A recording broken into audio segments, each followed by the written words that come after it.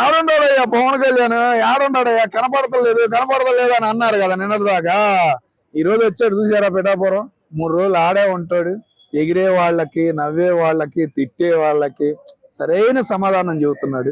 ఒక ర్యాష్ లో కాకుండా ఒక రాజకీయ నాయకుడిగా ఎంత స్పెషల్ గా ప్రతి ఒక్కరితో ఆత్మీయంగా పలకరింపు ఒక విధానం అనేది కనపడింది. ఎవరు ఏడుపులు గోళ అనేది ఆడ కనపడలా.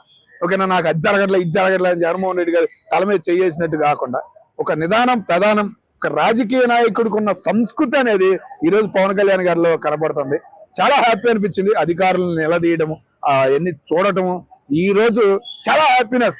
మాట్లాడే ఎదవాళ్ళందరికీ ఈ రోజు నుంచి ఒక బుద్ధి జ్ఞానం అనేది వచ్చేది. ఆయన ఒక మంత్రి అయ్యా, ఆయన పదవికి తగ్గట్టు ఆయన ఉన్నాడు. ఆయన నియోజకవర్గానికి ఆయన చేస్తుంది కూడా జనం ఎవరు రివర్స్ ప్రశ్నించకుండా ఆయన చేసుకుంటున్నాడు.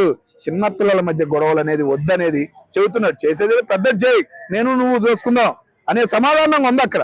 చాలా హ్యాపీనెస్ అనిపించింది ఈ రోజు. పవన్ కళ్యాణ్ గారు ప్రతి మాట ఆచితూచి మాట్లాడుతున్నారు అనుకున్నాం, కానీ ఒక రాజకీయ నాయకుడిగా ఎదిగాడు.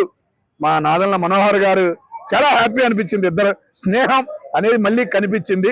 ఒక యూనిటీ అనేది మళ్ళీ మొదలైంది. ఏదది కూటమి. చంద్రబాబు నాయుడు గారు నేను దోస్త్ మేరా దోస్త్ అన్నాడు చూసావా డైలాగు. చాలా హ్యాపీ అనిపించింది.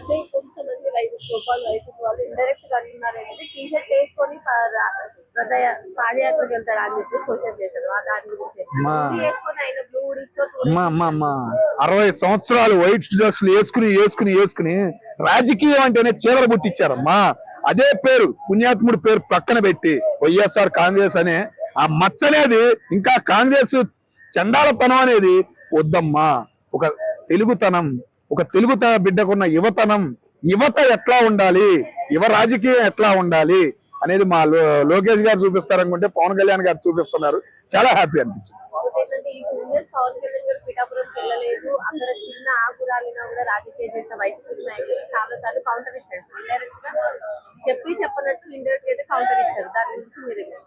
చెప్పి చెప్పనట్టు కాదమ్మా. ఆయన 2 సంవత్సరాల నుంచి ఫాలోఅప్ చేశాడు. ఎందుకంటే 2 సంవత్సరాల నుంచి వెళ్ళకపోతే మా జగనన్న 2 సంవత్సరాలు వెళ్ళకపోతే ఎట్లా వచ్చేస్తారు గుంపు అట్లా రాకుండా ఒక విధానం అనేది నేర్పాడు. ఓకేనా, గొర్రెల గుంపు అంటారు, నేను అనకూడదు ఆ మాట. గొర్రెల గుంపు అంటారు శివ, గొర్రెల గుంపు కాదురా నాయన. ఉంది సమాజంలో బతుకుతున్న నాయకులను విలువిచ్చే జనాన్ని నేను తయారు చేసుకుంటున్నాను ఆ పిఠాపురంలో. పిఠాపురం అంటే ఏందనేది దేశానికి కూడా చూపిస్తాను అని ఒక ఆదర్శనగా వెళ్తున్నాడు. చాలా హ్యాపీ అనిపించింది. అక్కడ గవర్నమెంట్ ఎంప్లాయర్స్ ఇంకా పనిచేయట్లా, మెయిన్ వాళ్ళనే పట్టుకుంటున్నాడు. చంద్రబాబు నాయుడు గారు అంటే ఒకప్పుడు భయపడేవాళ్ళు గవర్నమెంట్ ఎంప్లాయర్స్, ఈ రోజు పవన్ కళ్యాణ్ అంటే భయపడే పరిస్థితికి తీసుకొచ్చాడంటే చాలా హ్యాపీ అనిపించింది.